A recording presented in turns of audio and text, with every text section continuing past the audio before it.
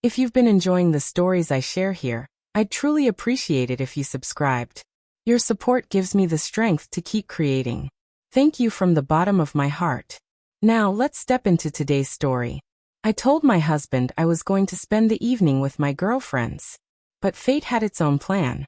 He walked into the exact same restaurant.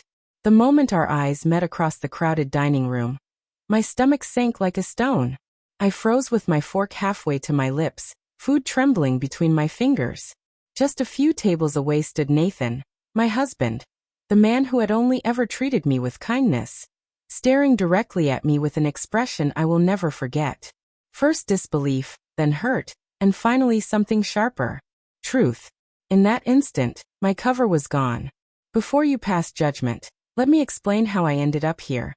How I dug the hole that swallowed me whole. My name is Evelyn. Up until that night, I believed I was in control. Nathan and I had been together for 7 years, 5 of them married. On paper, we had everything. A nice house, steady jobs, 2 dogs, and quiet evenings at home. But somewhere along the way, love faded into routine. We stopped being partners, and became more like roommates managing a life together. And then came Eric. He was new at work, confident in a way that drew people in. He noticed the small things Nathan hadn't in years. The way I stirred cinnamon into my coffee, the shine of my nails, the way I'd recently cut my hair. I didn't intend to betray my vows. At first, I told myself it wasn't betrayal at all. It began with harmless conversations in the hallway, then playful messages, then lunches that stretched too long. And then one Friday, I simply didn't come home. I swore to myself I'd stop, but I didn't. I started making excuses about girls' nights out, and Nathan never questioned me. His trust made it too easy. Then came that Saturday. Eric reserved a table at a little Mediterranean restaurant downtown, somewhere different from our usual spots, which made it feel safe. I even teased him about how reckless we were getting. He only smirked and said, "Maybe I want us to get caught." I brushed it off, not realizing it was a warning. I texted Nathan a lie. "Spa night with Claire, might stay over." He replied, "Enjoy it. Love you." Those words cut deeper than he could ever know. That evening, I put on a silk dress I hadn't worn in months. With Eric by my side, I felt alive again, not just someone's wife. We tucked ourselves into a table near the back, hidden or so I believed. An hour passed. The appetizers were nearly gone when I heard it, Nathan's laugh. I would have recognized it anywhere. Slowly, I turned and saw him standing at the entrance with the hostess scanning the room. My chest tightened. I ducked, panic flooding me. Eric leaned in. "What's wrong?" "My husband," I whispered, my voice breaking. "He's here." His eyes widened. "You're kidding. We need to leave." But it was already too late.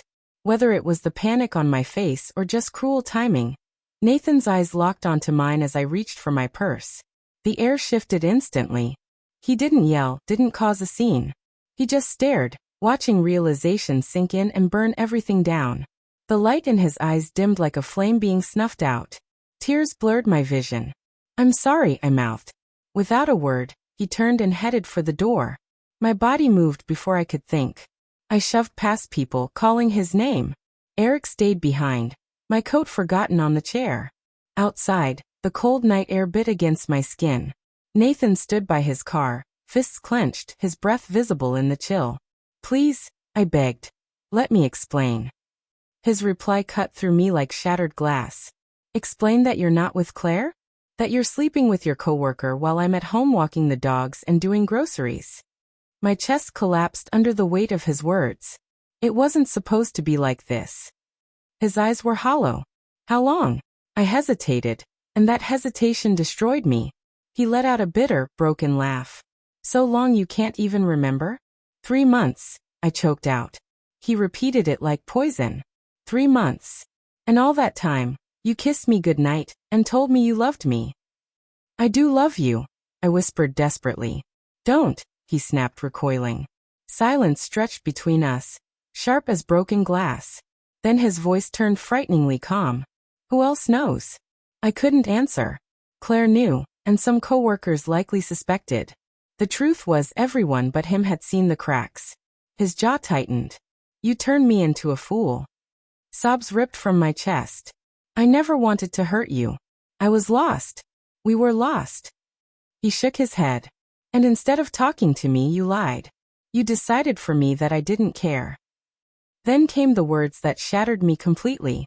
You know what's ironic? I came here tonight for you. I wanted to surprise you. I thought we could share your favorite takeout. I wanted to show you I was still trying.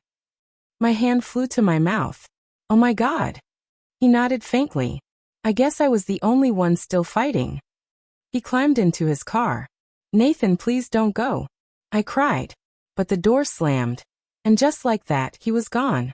I stood there frozen on the sidewalk, shivering as strangers passed by. I didn't care. I had destroyed the one thing I thought was unbreakable. That night, I didn't return to Eric. I went home alone. Our bedroom felt haunted. His flannel still draped over the chair. The missing dog bed. The framed photo from our honeymoon where we smiled like fools. I called, I texted, I begged. Silence. Weeks later, an envelope arrived. Inside were divorce papers. No note, no explanation. That was his answer. Claire stopped speaking to me too. She said she couldn't enable me anymore, and I couldn't blame her. Eric reached out once. I blocked him. He was never what I truly wanted. What I wanted was the life I burned to ashes. I thought I was running from numbness, but all I did was destroy something real with one lie. Now I sit here with pen in hand, signing away a marriage I once believed was unshakable, mourning the man who could forgive almost anything, except betrayal. And when I close my eyes, I still see him. That exact moment in the restaurant. The second he realized the truth.